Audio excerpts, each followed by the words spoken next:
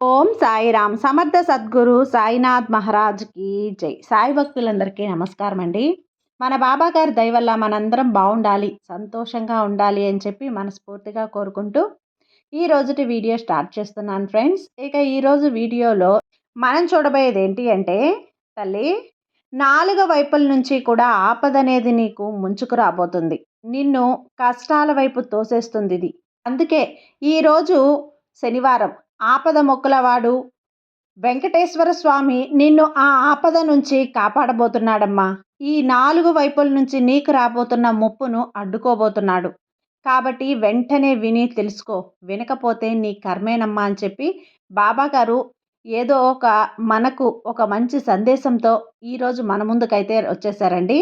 ఆ సందేశం ఏంటి, ఆ సందేశం రూపంలో బాబా గారు మనతో ఏం చెప్పబోతున్నారు అనేది వినే ముందుగా మన ఛానల్లో కనుక కొత్తగా ఎవరైనా వీడియో చూస్తూ ఉన్నట్లయితే ప్లీజ్ సబ్స్క్రైబ్ చేసుకోండి ఫ్రెండ్స్. వీడియో నచ్చితే కనుక లైక్ చేయండి, షేర్ చేయండి, కామెంట్ చేయండి, అలాగే కొంచెం సపోర్ట్ చేయండి. ఇక వీడియోలోకి వెళ్ళబోయే ముందుగా ఒక్కసారి మనకు తెలిసిన గురువుగారండి, షిరిడి సాయిబాబా ఆశీస్సులతో జ్యోతిష్యం చెప్తున్నారు గురూజీ సుబ్రహ్మణ్యం రాజు గారు.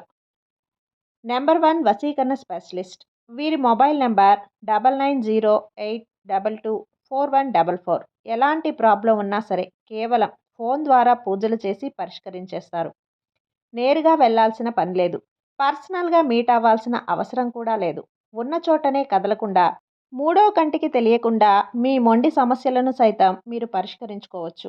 ప్రేమ, పెళ్లి, ఉద్యోగం, రాజకీయం, విదేశీ ప్రయాణం, ధనం నిలకడగా లేకపోవటం, భార్యాభర్తల మధ్య గొడవలు, ఆస్తి తగాదాలు, అప్పుల బాధలు, స్త్రీలు పురుషులు ఎటువంటి గుప్త సమస్యలున్నా సరే నెంబర్ 1 వశీకరణ స్పెషలిస్ట్.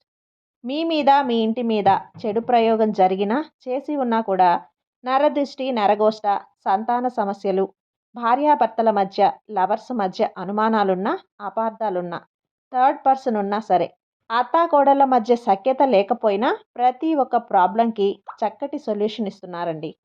మీ వివరాలన్నీ కూడా సేఫ్ అండ్ సెక్యూర్గా ఉంచుతారు. మీకే కాదు, దేశ విదేశాల్లో ఉన్నవారు ఎలాంటి ప్రాబ్లమ్స్నైనా సరే పరిష్కరించుకుంటున్నారు. ఎంతోమంది విదేశాల్లో ఉన్నటువంటి వారు, దిక్కుతోచని పరిస్థితుల్లో, అయోమయ స్థితిలో ఉన్నవారు ఇప్పుడు గురువుగారికి కాల్ చేసి వాళ్ళ ప్రాబ్లమ్స్ని సాల్వ్ చేసుకొని ఈరోజు హ్యాపీగా లైఫ్ లీడ్ చేస్తూ చాలా సంతోషంగా ఉన్నారు. కాబట్టే స్క్రీన్ మీద ఉన్నటువంటి నెంబర్కి ఒక్కసారి కాల్ చేయండి. మీ ప్రాబ్లంని గురువుగారితో పంచుకోండి. ఖచ్చితంగా గురువుగారు మీ ప్రాబ్లంకి సొల్యూషన్ చూపిస్తారు. ఇక వీడియోలోకి వచ్చేస్తే, తల్లి, కష్టాలు ఎందుకు వస్తున్నాయి, బాధలు అసలు ఎందుకు వస్తున్నాయి, నీ సమస్యలు ఏమిటి? బాబా నన్ను ఇలా వెంటాడి వేధిస్తున్నాయి, కష్టాల్లోనే బ్రతుకుతూ ఉన్నాను, కష్టాల కోసమే పుట్టానా అని చెప్పి అనిపిస్తుంది కదా. ఇలా తలుచుకుంటూ బ్రతుకుతున్నావు కదా. ఇలా తలుచుకుంటూ పోతే జీవితం మీద విరక్తి అనేది కలుగుతుంది నాకు. ఎందుకంటే 2 రోజులు పోతే పోతుందిలే ఈ కష్టం అని చెప్పి అనుకోవటానికి నా జీవితంలోనే లేదు. ప్రతిరోజు కష్టమే, ప్రతి నిమిషం కూడా కష్టమే. ఇలా ఈ కష్టాల జీవితంలో నా యొక్క జీవితాన్ని ఆనందంగా అనుభవించలేకపోతున్నాను.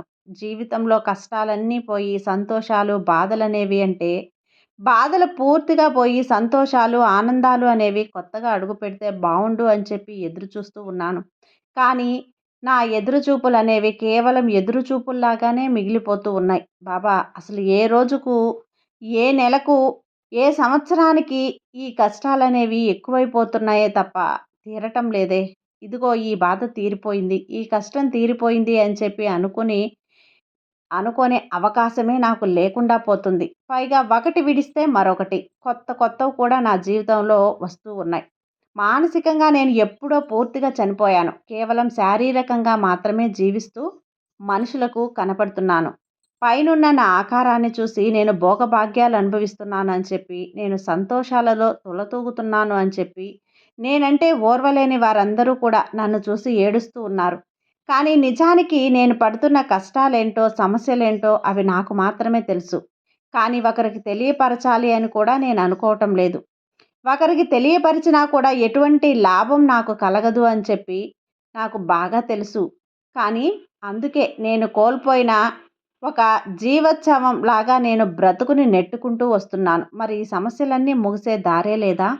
ముగిసే మార్గమే కనపడదా? నేనేం చేయాలి బాబా? నేనెవరికి ఏ అన్యాయం చేశాను అని చెప్పి ప్రతి నిమిషం కూడా బాధపడుతూ ఉంటావు.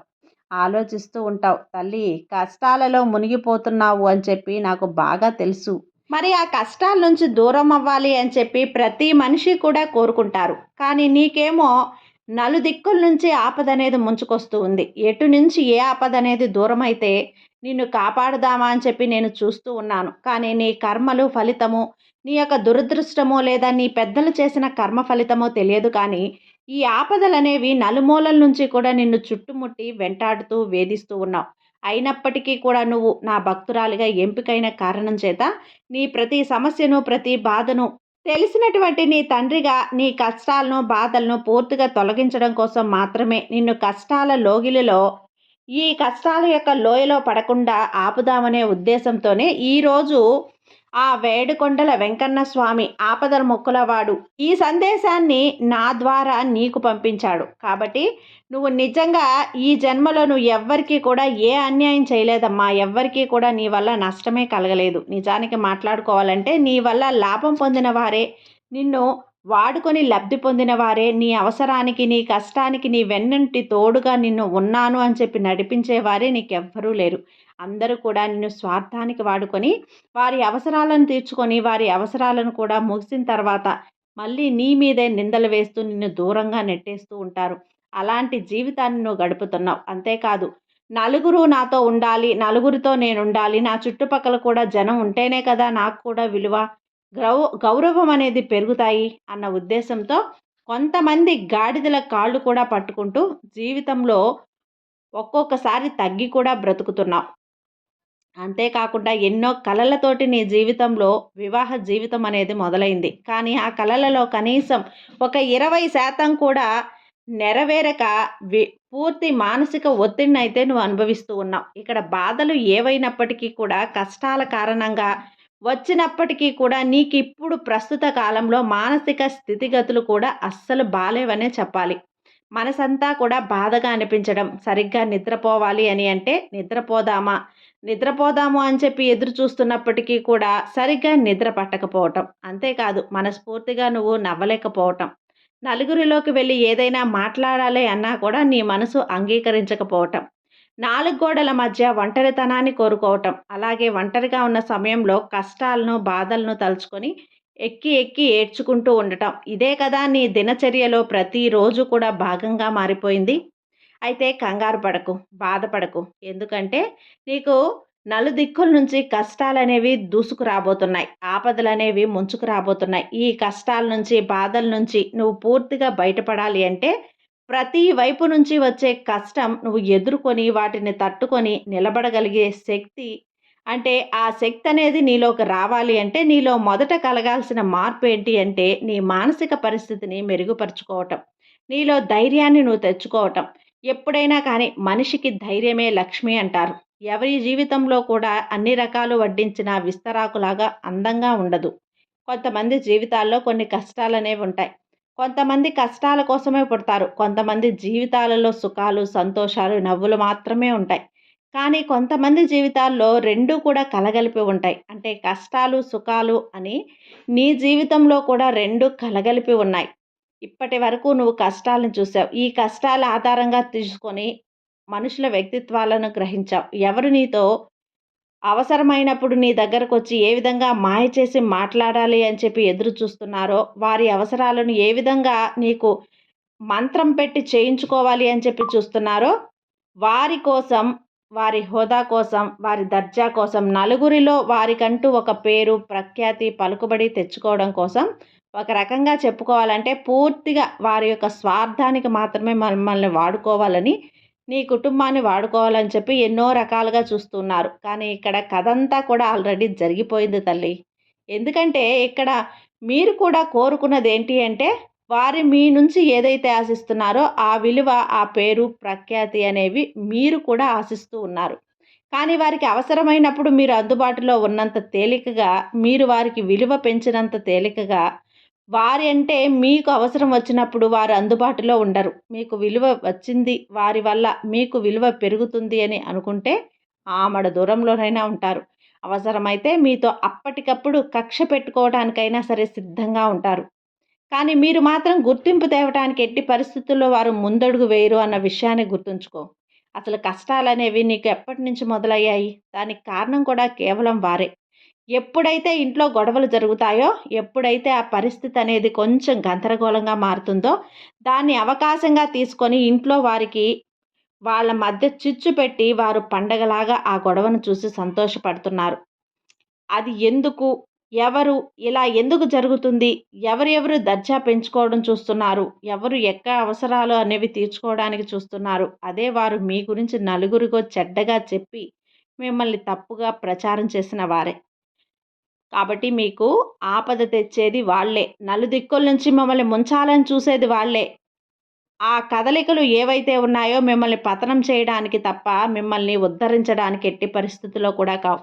కానీ పూర్తిగా నువ్వు గ్రహించాల్సింది ఏంటి అంటే, అటువంటి వారి గురించి నీ జీవితంలో సగం జీవితం ఆలోచించావు. అటువంటి వారి గురించి ఆలోచనలు ఈ విధంగా ఉంటాయి. వారి ఆలోచనలకు తగ్గట్టుగా నువ్వు ఎలా మారాలి అని చెప్పి ఎన్నో విధాలు ఎన్నోసార్లు మీకు చెప్పాను. వారి ఆలోచనలు వారు లొంగే ప్రయత్నం అయితే చేశావు కానీ ఎక్కడా కూడా చిక్కలేదు, దొరకలేదు. వారి అవసరానికి మాత్రం ఖచ్చితంగా మిమ్మల్ని వాడుకుంటున్నారు. వాడుకోవాలని చెప్పే చూస్తూ ఉన్నారు. ఇక్కడ నువ్వు వారి గురించి తప్పించుకునే ప్రయత్నం చెయ్యి. రెండవది, నువ్వు వారి గురించి ఆలోచన అనేది నీ మనసులో నుంచి, నీ మైండ్‌లో నుంచి పూర్తిగా తీసేసేయి. మూడవది, వారికి సహాయం అవసరమైనప్పుడు నీ నుంచి వారికి ఎటువంటి సహాయం అనేది అందనీయకుండా చెయ్యి. నాలుగవది, నిన్ను నువ్వు దృఢంగా మార్చుకో. ఏ కష్టం వచ్చినా, ఏ సమస్య వచ్చినా బాధలను అనుభవించి నువ్వు ప్రతి దానికి కూడా పనికి పోకుండా ధైర్యంగా నువ్వు నీ మానసిక పరిస్థితిని మార్చుకో. జీవితంలో కష్టం అంటే భయం పోతుంది నీకు. గుండె జల్లుమనిపిస్తుంది. బెంబేలెత్తిపోతున్నావు. దాని గురించి నువ్వు అసలు ఆలోచిస్తున్నావు. అలా చిన్న కష్టాన్ని గోరంత కష్టంగా చేసుకుంటున్నావు. కొండంత చేసుకుంటున్నావు దాన్ని. అలా ఊహించుకుంటూ ఉంటే నువ్వు భూతద్దంలో చూస్తే చిన్న చీమ కూడా పెద్ద పాములా కనిపిస్తుంది. కాబట్టి ఈ చిన్న చిన్న కష్టాలను చూసి భయపడుతున్నావంటే దానికి కారణం నీ పిరికితనం మాత్రమే. ఈ పిరికితనాన్ని మార్చుకుంటే జీవితంలో నువ్వు ధైర్యంగా ఉండటం, ప్రతి ఒక్కటి కూడా ధైర్యంగా నువ్వు ఎదుర్కోవటం, నీకు నచ్చినట్లుగా బ్రతకటం, ఒకరి కోసం నువ్వు బ్రతకకుండా నీ కోసం నువ్వు సంతోషంగా జీవించడం, ఇలా ఆరోగ్యాన్ని నువ్వు చూసుకోవటం, నీ ఆరోగ్యమైన ఆహారాన్ని నువ్వు చూసుకోవటం, టైంకి పడుకోవటం, టైంకి తినటం, ఎదుటివారి ఆలోచనలు పూర్తిగా నీ మనసులోంచి తీసేయి. ఇది అసలైన తెలివితనం. కాబట్టి ఇలా చేసుకుంటూ పోతే ఏ కష్టం కూడా నీ దగ్గరికి రాదు. ఏ ఆపద కూడా నిన్ను ముంచదు. ఈ విషయం గుర్తుపెట్టుకో. నా గురుబలం లేకుండా మీకు అందిస్తున్నాను. నీలో నువ్వు మార్పు తెచ్చుకో, ధైర్యాన్ని తెచ్చుకో, ఆనందంగా ఉండు. ప్రతి క్షణం కూడా నువ్వు ఆనందం ఆస్వాదించు తల్లి. ఇదే నీ జీవితానికి నేనిచ్చేటువంటి ఈరోజు చక్కని సందేశం. ఈ ఆపదలు ఎందుకు నేను ఆపేస్తున్నాను అంటే, నాకు ఆ ఆపద మొక్కులవాడు ఏడుకొండల స్వామి నా ద్వారా నీకు ఈ ఉపాయాన్ని పంపించాడు. కాబట్టి దీని ద్వారా నీకొచ్చే ఆపదలన్నీ కూడా నేను నా చెయ్యి అడ్డుపెట్టి మరీ ఆపేస్తున్నాను. కాబట్టి తప్పకుండా నువ్వు ఈ బాబా మీద ధైర్యంతో ఉండు. నీకంతా మంచి జరుగుతుంది. నీ సాయి నీకు తోడుండగా నీకు భయం ఎందుకు చెప్పు?